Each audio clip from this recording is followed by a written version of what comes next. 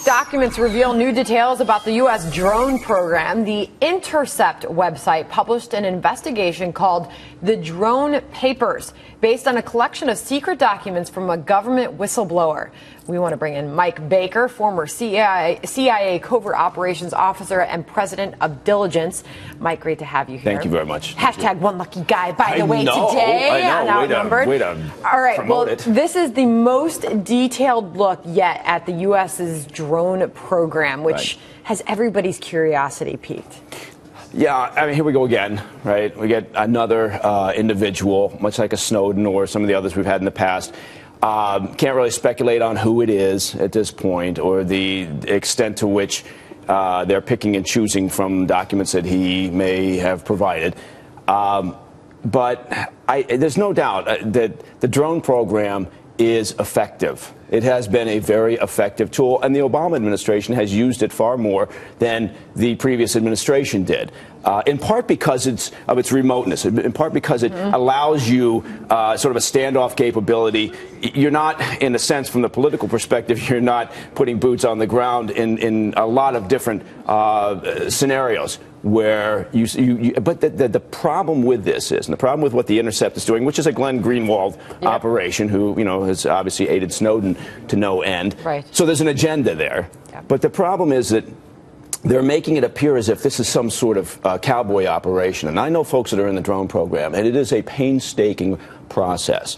So to say that somehow it's a cavalier, we're just killing civilians and we just don't care, and we're dropping these losing strikes. track of them. Yeah, I mean, that's the thing. We Like, just don't know. Do you think this is like, so as this expose comes out, and let's face it, it's probably not the first of ones that are likely to come out because it's a little bit of a hot button. Do you think this jeopardizes the drone program going forward with regards to its kind of optics? No, because there is nobody in the military or intel community or in the White House or anybody who knows the ins and outs of this program who, A, believes that it's done in a cavalier fashion, B, believes the numbers that are sometimes thrown out by whether it's Human Rights Watch or whomever about the number of civilian casualties, or who doesn't believe that it is extremely effective and saves, at the end of the day, saves lives. So I understand that there are people out there who are going to view this whistleblower, just like they view Snowden, as a hero. I have a different perspective. I view him as likely yet another. The profile of these people tend to be the same.